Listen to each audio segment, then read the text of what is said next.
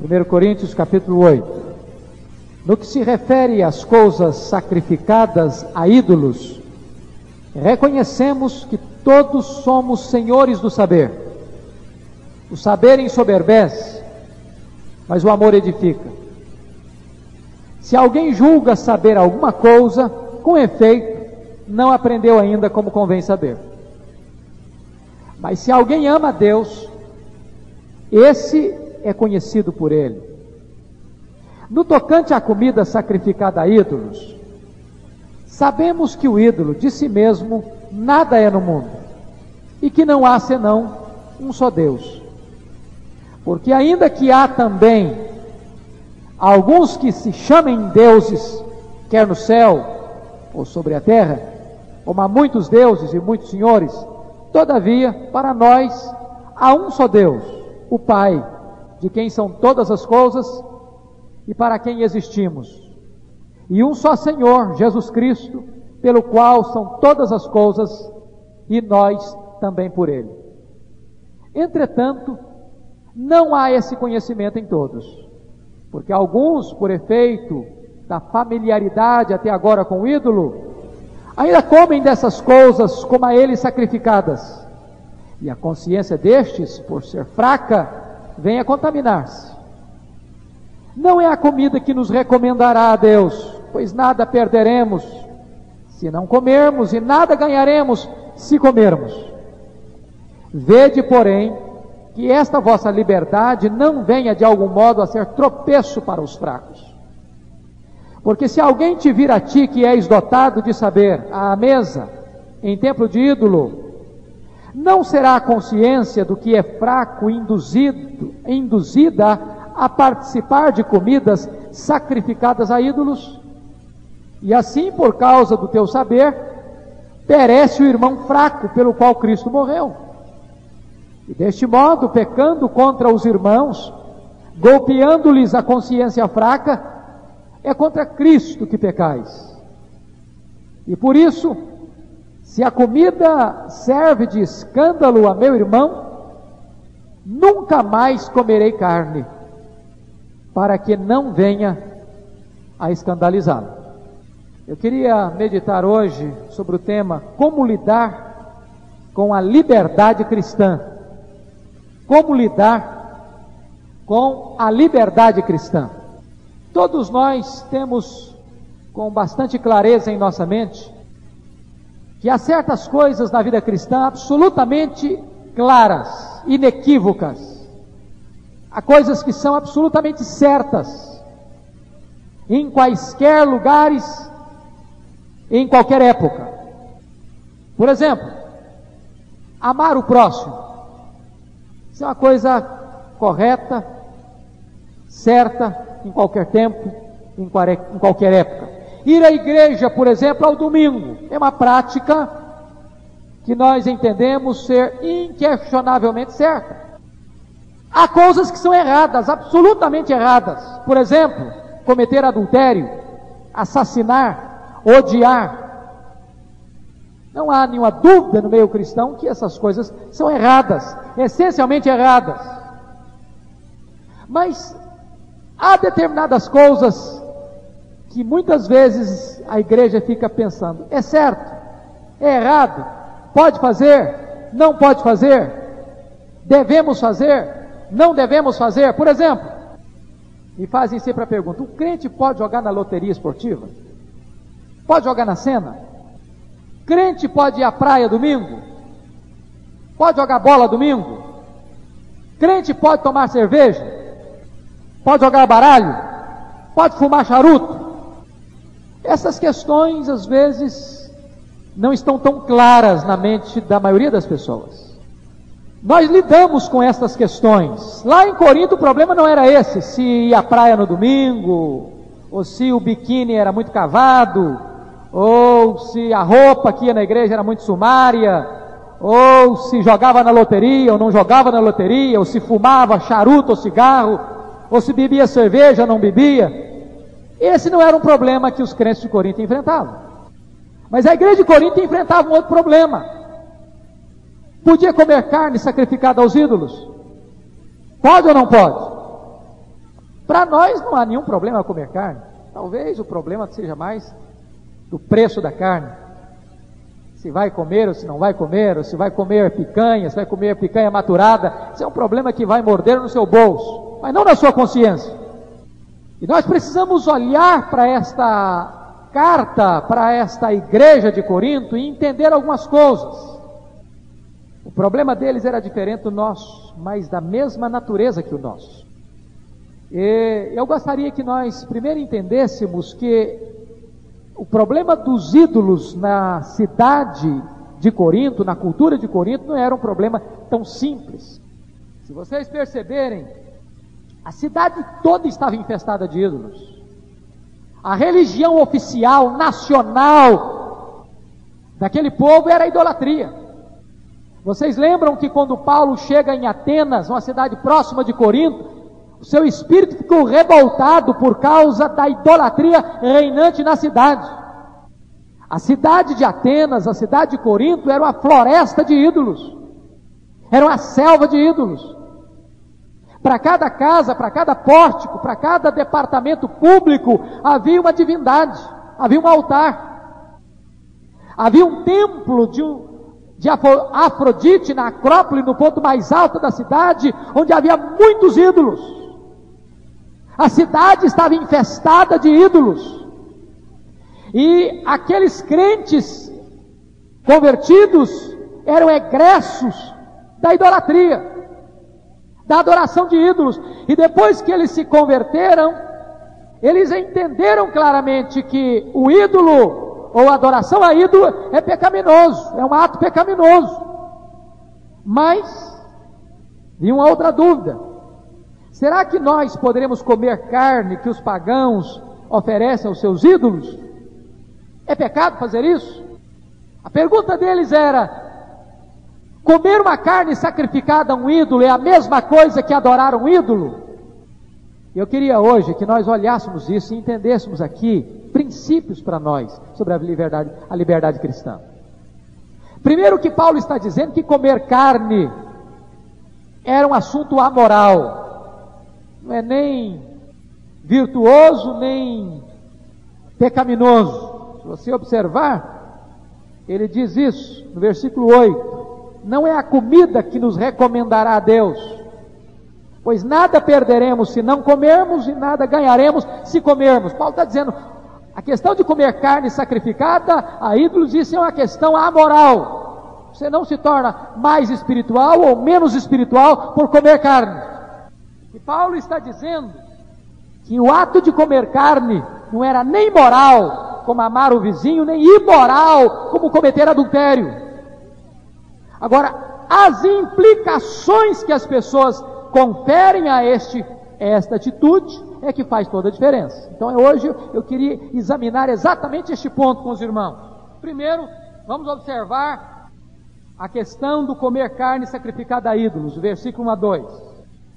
O que aconteceu com a igreja? Eles vieram do paganismo, vieram da idolatria, se converteram ao evangelho, e agora no versículo 3, ou melhor no versículo 4, os crentes, alguns crentes da igreja de Corinto, estavam com a teologia muito clara acerca do que era o ídolo. No tocante à comida sacrificada a ídolos, sabemos, olha o verbo no plural, sabemos que o ídolo de si mesmo nada é no mundo, e que não há senão um só Deus. Então eles tinham com clareza na mente deles que o ídolo não era nada, ou ele é barro, ou ele é pedra, ou ele é madeira, ou ele é gesso, ele não tem vida em si mesmo. A teologia estava correta, eles desprezavam a idolatria, mas os aspectos sociais da idolatria traziam determinados problemas para eles.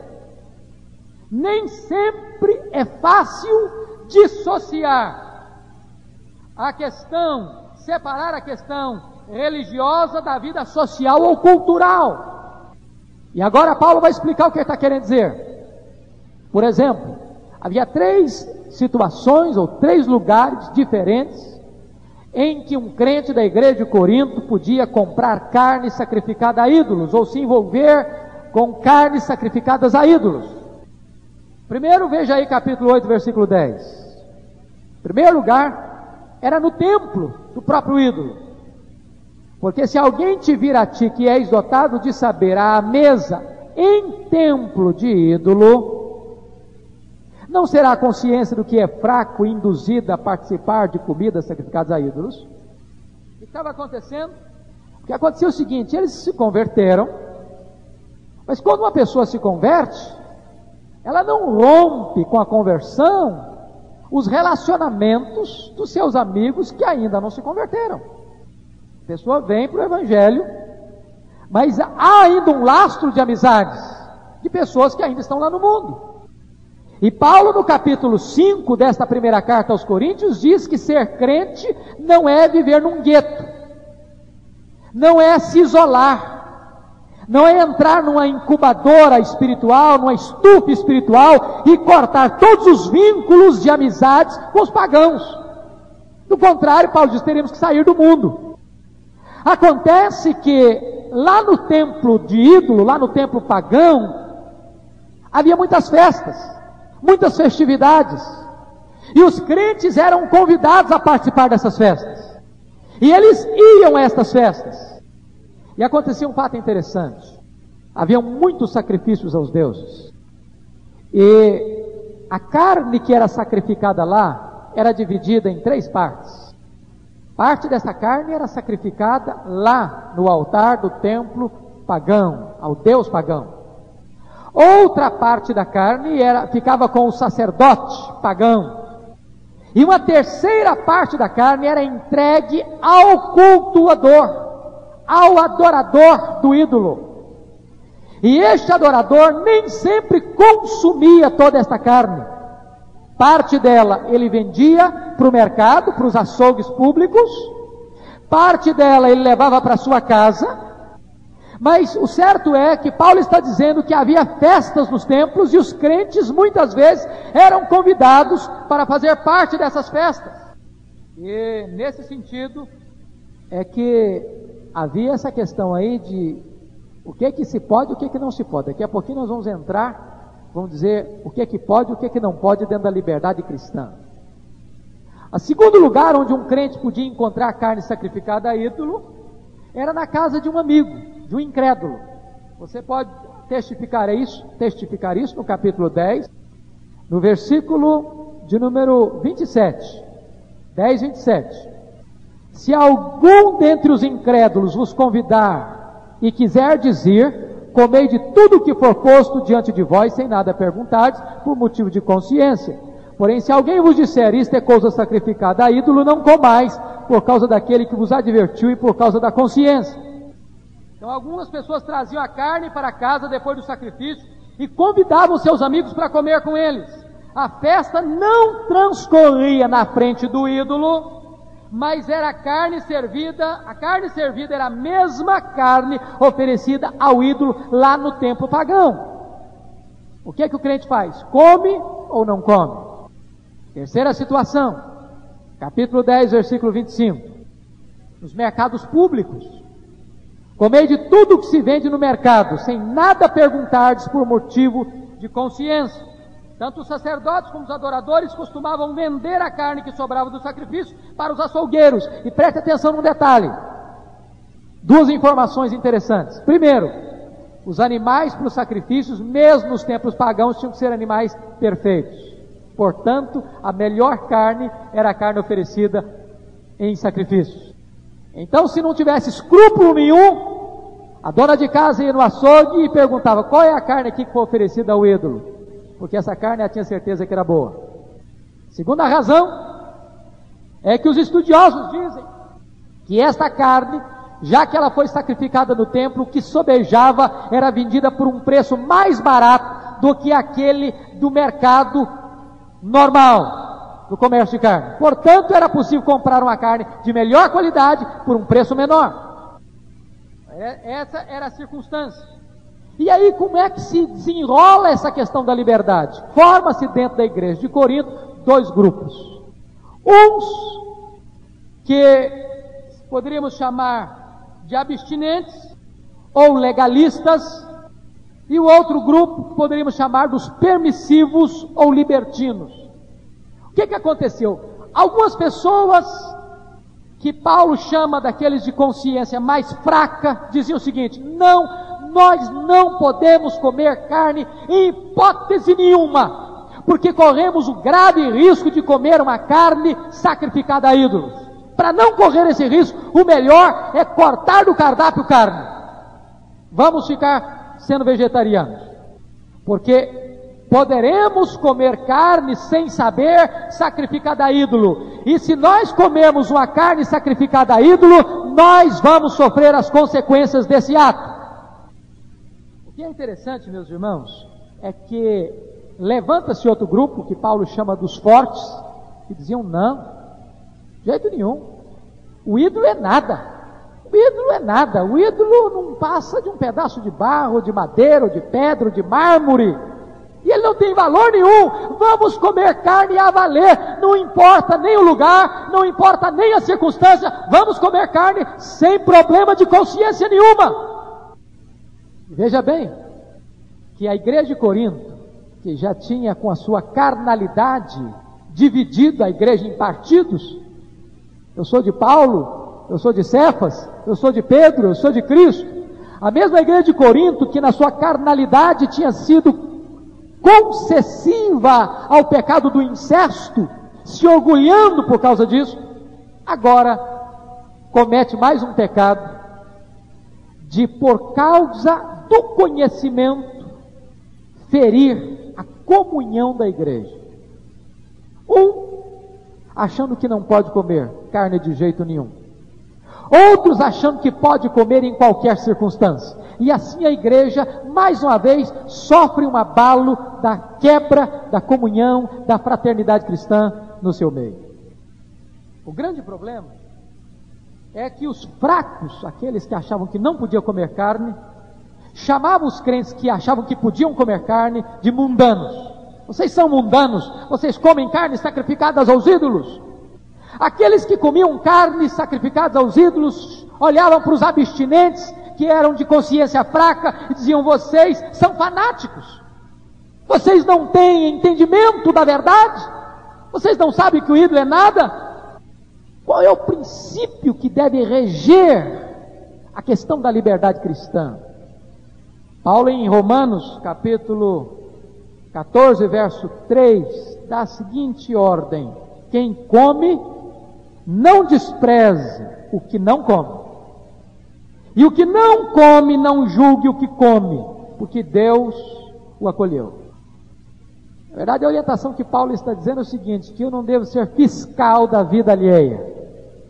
Minha função na igreja não é ser juiz do meu irmão. O que come, não julga quem não come, quem não come, não julga quem come. Você precisa ter sabedoria para adotar uma postura coerente dentro da liberdade cristã. E agora vamos ver qual é o princípio que Paulo lança para resolver este problema da carne sacrificada ao ídolo em Corinto.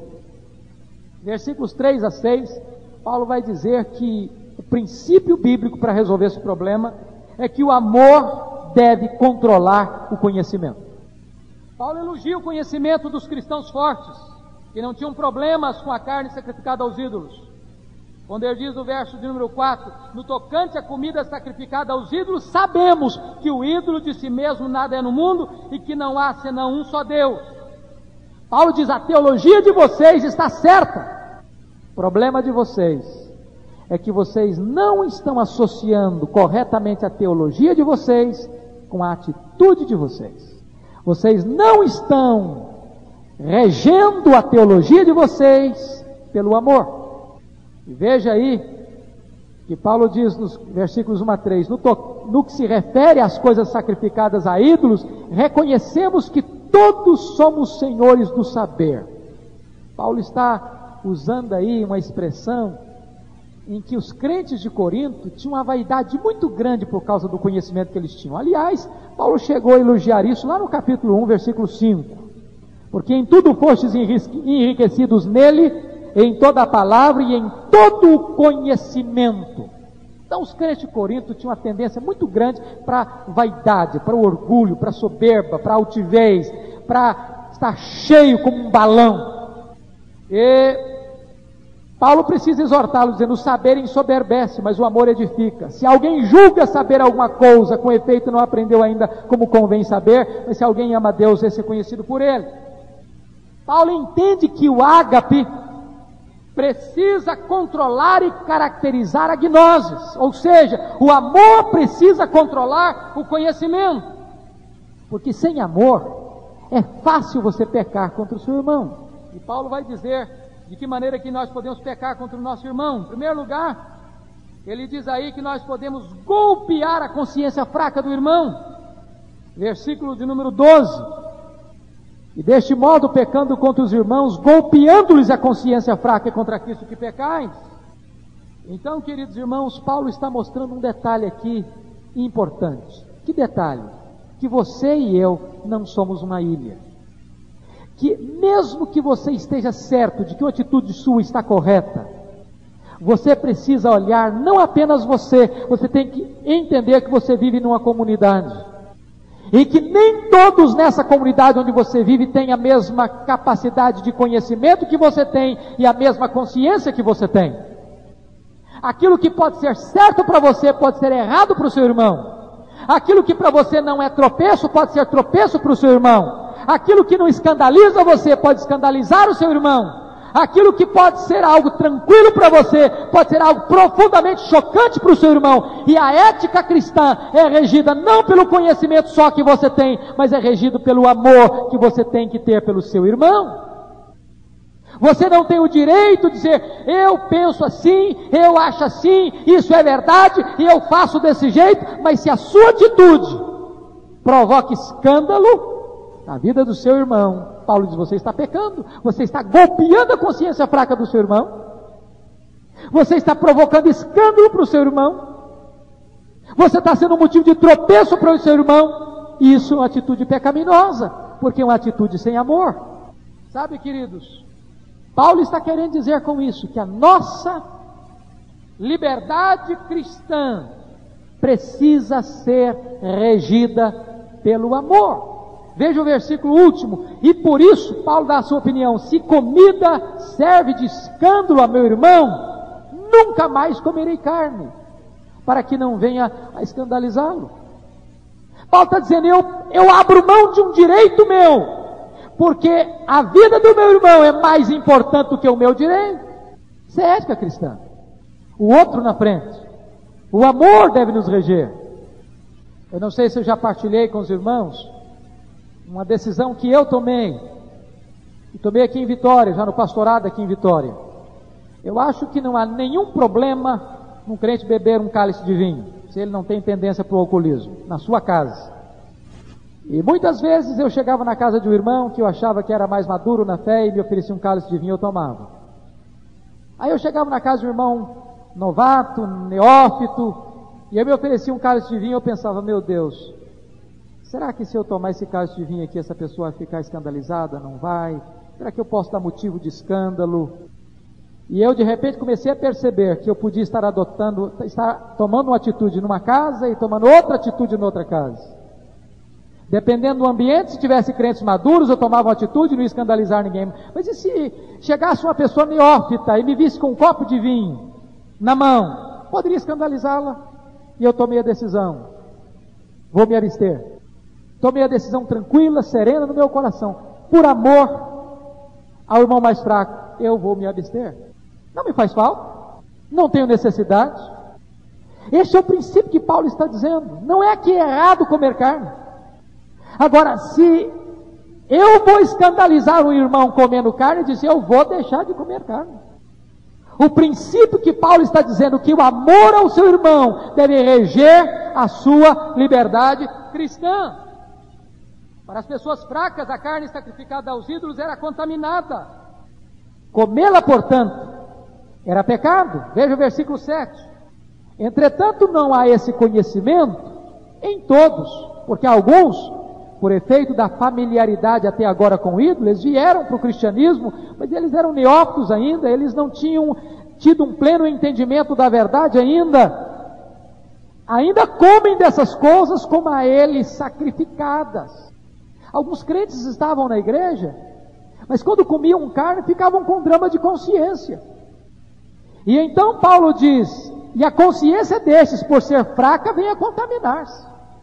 Então Paulo está mostrando aqui que o comer carne, no caso aí, poderia ser um pecado para alguns.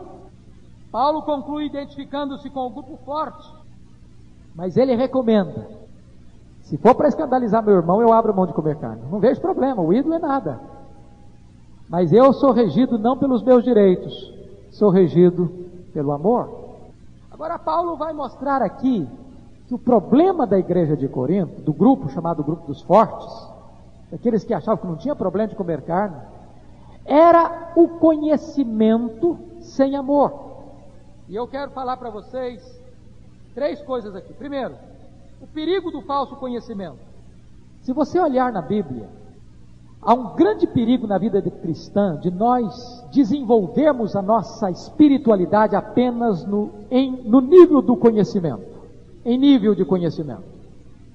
E tem muita gente que acha que um crente maduro é um crente que conhece muito Bíblia.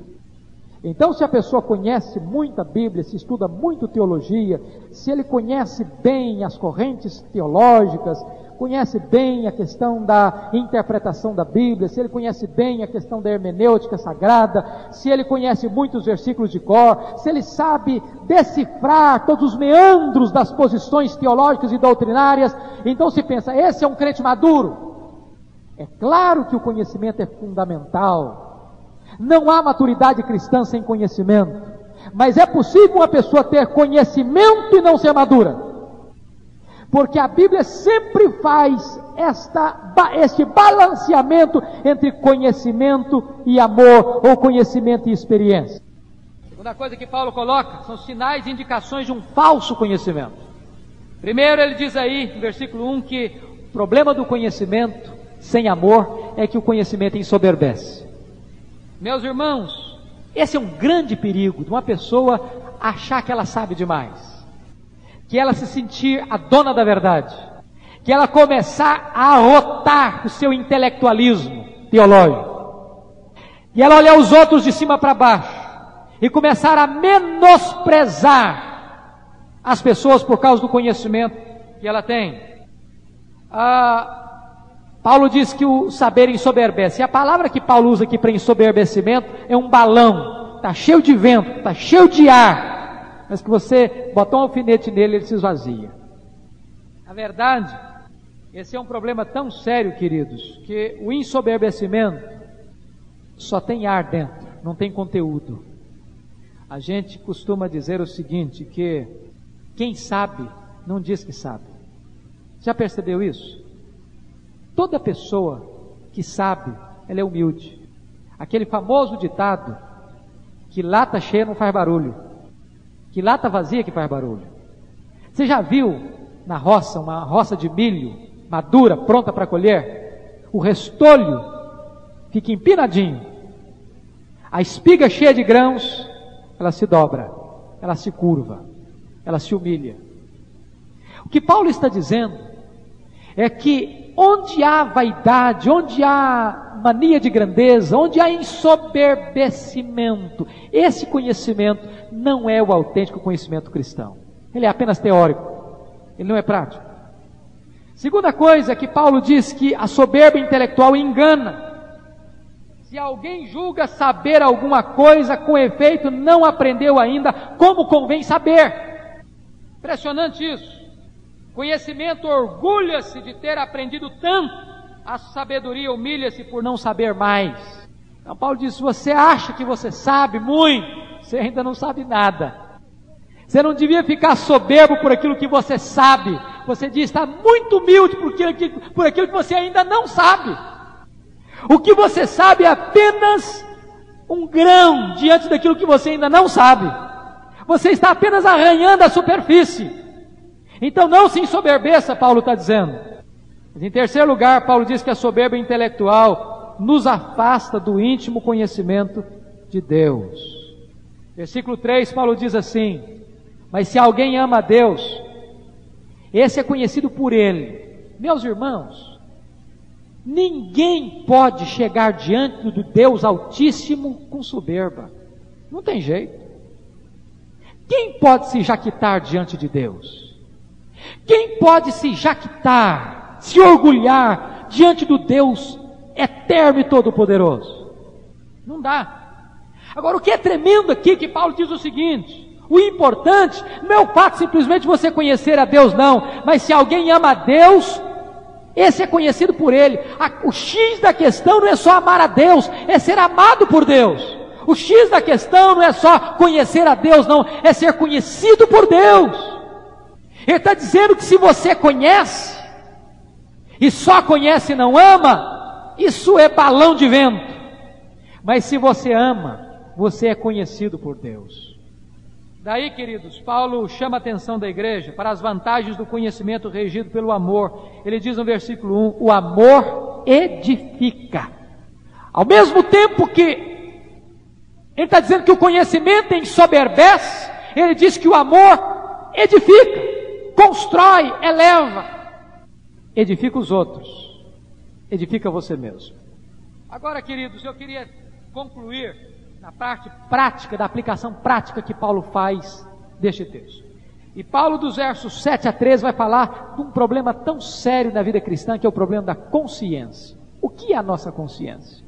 A nossa consciência é um tribunal interno que o próprio Deus instalou dentro de nós, que tem uma noção do que é certo e do que é errado.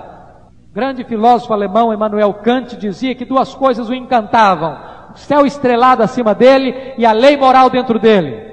Deus colocou esta lei moral dentro de nós. Está lá em Romanos capítulo 2, versículos 14 e 15.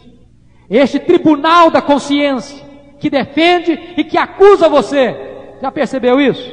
Quando você faz uma coisa errada, acende uma luz dentro de você.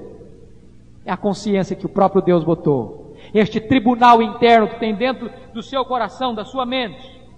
Agora Paulo vai dizer que alguns crentes em Corinto tinham um problema de consciência fraca. Veja você, no versículo 7, ele usa 3 vezes a questão da consciência fraca. No versículo 7 ele diz: entretanto não há esse conhecimento em todos, porque alguns, por efeito da familiaridade até agora com o ídolo, ainda comem dessas coisas como a ele sacrificadas, e a consciência destes, por ser fraca, vem a contaminar-se. Se você olhar ainda, você pode ver no versículo 10, ele fala novamente da consciência do que é fraco. Porque se alguém te vir a ti que és dotado de saber, à mesa, em templo de ídolo, não será a consciência do que é fraco induzida a participar de comidas sacrificadas a ídolos? E versículo 12, e deste modo pecando contra os irmãos, golpeando-lhes a consciência fraca, é contra Cristo que pecais. Por que esses irmãos tinham consciência fraca? Talvez por serem neófitos ainda, novos convertidos ainda. Não tinham ainda o discipulado, o doutrinamento necessário para saber que o ídolo era nada. Ou talvez eles eram ainda bebês ou imaturos espiritualmente por não usarem os recursos da graça de Deus. Paulo denuncia isso lá no capítulo 3, versículos 1 a 3, quando diz: meus irmãos, eu não pude falar a vocês como espirituais, mas eu tive que falar com vocês como a carnais, como a bebês em Cristo, como a crianças em Cristo. Eu dei leite para vocês beberem, porque vocês não podiam suportar alimento sólido. Porque havendo entre vocês divisão, não é assim que sois carnais e andais segundo os homens. Ou seja, eles tinham tempo de vida cristã, mas não tinham maturidade cristã. É possível isso acontecer? É possível você ter dentro da igreja uma pessoa com 10 anos de membro de igreja e ainda beber espiritualmente? É possível você ter dentro da igreja uma pessoa que é PhD de banco de igreja e ainda é bebê espiritualmente? É possível. De gente que está a vida inteira na igreja e nunca deixou de ser criança, nunca cresceu, nunca amadureceu, está sempre nos primeiros rudimentos da fé. Por isso sempre vai ter uma consciência fraca, qualquer coisinha o escandaliza. Agora, queridos, Paulo vai mostrar aqui que a consciência do irmão fraco, ela é facilmente contaminada, versículo 7, ela pode ser golpeada, versículo 12, e ele pode se escandalizar, versículos 12 e 13. E por isso agora Paulo chama atenção não para o crente fraco, mas para o crente forte. E diz o seguinte: é você que tem conhecimento, é que precisa ajudar o crente fraco. É você que tem que tomar cuidado com o crente fraco, para que ele não naufrague, para que ele não se afunde, para que ele possa se amadurecer na vida espiritual. Paulo está dizendo que nenhum cristão tem liberdade de assegurar os seus direitos, se isto significar dano às outras pessoas. E agora Paulo vai mostrar o que pode e o que não pode na liberdade cristã. Aí ele cria 3 circunstâncias. Primeiro, o crente pode comer carne no templo do ídolo, sacrificada ao ídolo. Aí Paulo diz o seguinte: não, aí não. Comer carne sacrificada a ídolo não é o problema. Você não tem condições de fazer uma investigação da procedência de tudo aquilo que você compra no supermercado. E é uma tolice o crente ficar perturbado com isso. Tem crente que fica atormentado com isso. Ah, porque eu escutei falar que não sei das quantas, que a empresa tal, que faz isso, que faz aquilo, eu não vou comprar mais o produto daquela empresa. Bobagem isso. Isso é besteira, isso é bobagem. Isso é consciência fraca. Isso é imaturidade espiritual. Agora Paulo diz o seguinte: olha, meus irmãos, o fato de vocês irem a um templo pagão, diante de um ídolo pagão, numa festa pagã, e comer carne sabidamente sacrificada ao ídolo, isso é ir longe demais. Longe demais. Abstenham-se disso. Abstenham-se disso. E por que você vai se abster? Paulo diz: o ídolo é nada. O ídolo não é nada neste mundo. Mas no capítulo 10, Paulo vai dizer uma outra coisa séria. Nos versículos 19 a 22. Abra lá para você ver. Que digo, pois, que o sacrificado ao ídolo é alguma coisa? Ou que o próprio ídolo tem algum valor? Antes digo que as coisas que eles sacrificam é a demônios que as sacrificam e não a Deus. E eu não quero que vos torneis associados aos demônios. Não podeis beber o cálice do Senhor e o cálice dos demônios. Não podeis ser participantes da mesa do Senhor e da mesa dos demônios. Ou provocaremos zelos do Senhor? Somos acaso mais fortes do que Ele? O que Paulo está dizendo é que, embora o ídolo não seja nada, o que está por trás deste ídolo, que é nada, que é matéria, que é barro, que é gesso, que é pedra, que é madeira, é um espírito, e um espírito demoníaco. Embora o ídolo é de madeira ou de pedra, o que está por trás dele é espiritual. Então veja bem, o que Paulo está dizendo, que o comer carne, que é amoral, se for comer carne num templo de um ídolo, na presença do ídolo, aquilo que é amoral se torna imoral. Percebem? Que dependendo da situação, o mesmo ato pode ter conotações diferentes.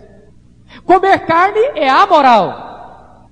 Mas se comer carne no templo do ídolo, na presença de um ídolo, consagrada a um ídolo, se torna imoral. Segunda situação, está lá no capítulo 10, versículo 25. Vamos imaginar que um crente da igreja de Corinto fosse convidado para a casa de um incrédulo, para uma festa. E Paulo diz que o crente pode ir na festa da casa de um pagão. Jesus foi, escandalizou os fariseus. Lembra? Os fariseus ficaram escandalizados com Jesus, porque Jesus foi a algumas festas dos pagãos, dos incrédulos. E Jesus até bebeu vinho, e chamavam Jesus de beberrão. E os mais radicais, legalistas, ficavam chocados porque Jesus comia com publicanos e pecadores. E Paulo diz que nós não podemos e não devemos cortar os nossos vínculos com as pessoas não cristãs. Um dos grandes problemas da igreja é quando nós só temos amigos dentro da igreja. Já parar para pensar isso? Nós temos que ter amigos fora da igreja, irmãos. Como é que nós vamos influenciar? Como é que nós vamos evangelizar? Nós não podemos ser luz num lugar iluminado. Nós não podemos ser sal dentro de um saleiro. Precisamos nos relacionar com aqueles que não conhecem a Deus com testemunho irrepreensível, sendo luzeiro.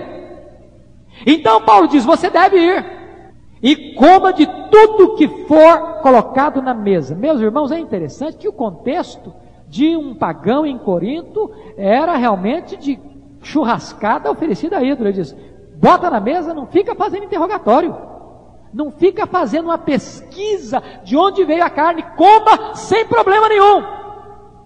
Agora, se falarem para você, olha, eu te convidei aqui na minha casa para comer um churrasco, e nós oferecemos esse churrasco a Afrodite, e nós trouxemos o melhor da picanha aqui para esse churrasco em casa, e estamos convidando você para participar conosco dessa churrascada. Paulo diz, então não participe. Se você souber, não seja coparticipante.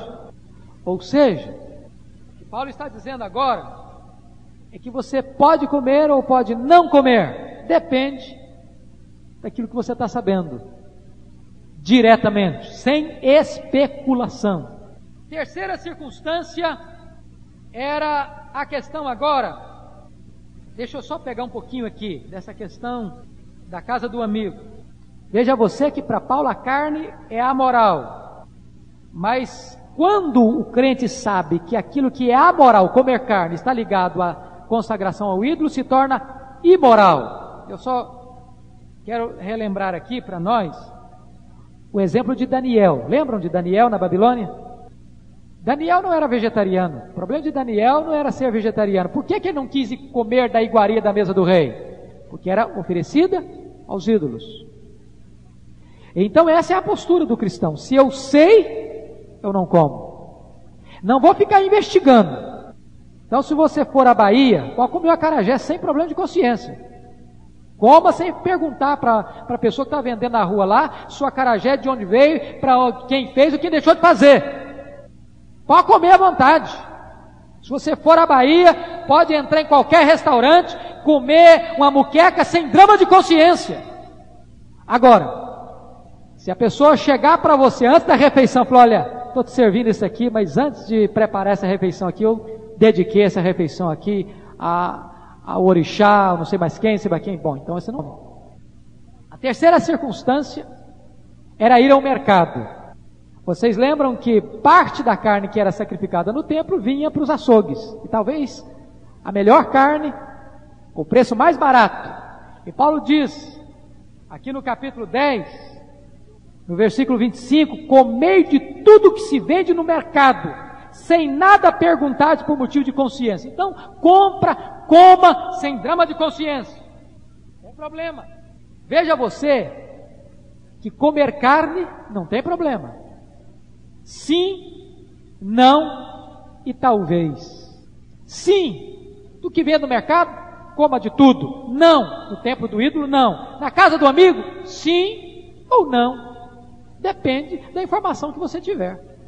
O que, concluindo isso, nos ensina, queridos? Uma coisa amoral pode tornar-se imoral. É isso que Paulo está querendo ensinar para nós. Uma coisa amoral pode se tornar imoral dependendo da situação. Você tem problema de comer o acarajé? Vendida para uma mulher que está com um vestido branco, que tem hoje, dentro da cultura brasileira, o perfil de uma mãe de santo? Problema nenhum, você pode comer à vontade. Comer o acarajé, comer churrasco, comer o que for, é amoral. Não é o que entra pela boca, diz Jesus, que contamina o homem. Agora, se você sabe a procedência, se lhe é passado o que foi feito com aquela comida, então aí já deixou de ser amoral para ser imoral. Por exemplo, vamos contextualizar. Ir ao cinema é amoral. Eu vou ao cinema sem nenhum drama de consciência. Agora, ir a um cinema para ver um filme pornográfico já é imoral. Já é imoral. Beber vinho é amoral. Agora, se você é crente, vai lá para o bar beber vinho, você pode escandalizar muita gente. O cara que passa na rua não sabe se está bebendo um copo, se está bebendo uma garrafa ou se está bebendo um barril. E a ética cristã é essa: cuidado, porque a sua liberdade, veja o versículo 9. Olha aí o que Paulo recomenda no versículo 9. Essa aqui é a questão da ética cristã. Vede, porém, que esta vossa liberdade não venha de algum modo a ser tropeço para os fracos. Então você tem que reger a sua consciência, não é pelo seu conhecimento, é pelo amor. Precisa de discernimento. Então eu queria hoje terminar, queridos irmãos, da seguinte maneira, trazendo aqui algumas aplicações objetivas para nós. Primeiro, a liberdade cristã, se não for dirigida pelo conhecimento, regido pelo amor, pode tornar-se uma pedra de tropeço para o cristão mais fraco. Versículo 10, está escrito isso. Cuidado para que você não faça alguma coisa que você está certo que isso não tem problema, mas e você está fazendo o irmão fraco tropeçar. Isso é pecado contra o irmão. Segundo, versículo 11, devemos sempre olhar para cada cristão como um irmão pelo qual Cristo morreu. Pense nisso. Se a sua atitude não vai ser um problema para o irmão por quem Cristo morreu, esse irmão é muito valoroso para Deus. Cristo morreu por ele. Terceiro lugar, versículo 12. Quando pecamos contra o irmão, ferindo a sua consciência fraca, estamos na realidade pecando contra Cristo. Olha bem isso. Você vê Cristo na vida do seu irmão? Quando você peca contra o seu irmão, quando você fere o seu irmão, quando você golpeia a consciência do seu irmão, quando você escandaliza o seu irmão, você não está pecando só contra ele, você está pecando contra Cristo. Quando Paulo perseguia a igreja, Jesus perguntou para ele: por que persegue a minha igreja? Foi isso? Não, porque me persegues. Quando você atinge uma pessoa da igreja, você está atingindo o dono da igreja, o cabeça da igreja, que é Jesus. Finalmente, Paulo vai dizer que fazer coisas duvidosas apenas por exibicionismo nunca é uma demonstração da verdadeira liberdade cristã. Se comer carne vier a escandalizar meu irmão, nunca mais eu vou comer carne. Se beber vinho vai escandalizar meu irmão, eu nunca mais vou beber vinho. Esse é o princípio que Paulo está ensinando. Agora, concluindo, Paulo dá 3 conselhos rapidinhos aí, só lendo o versículo.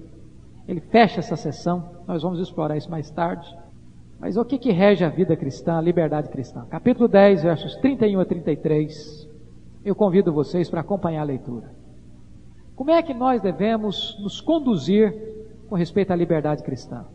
Paulo diz: portanto, quer comais, quer bebais, ou façais outra coisa qualquer, fazei tudo para a glória de Deus. Esse é o princípio da liberdade cristã.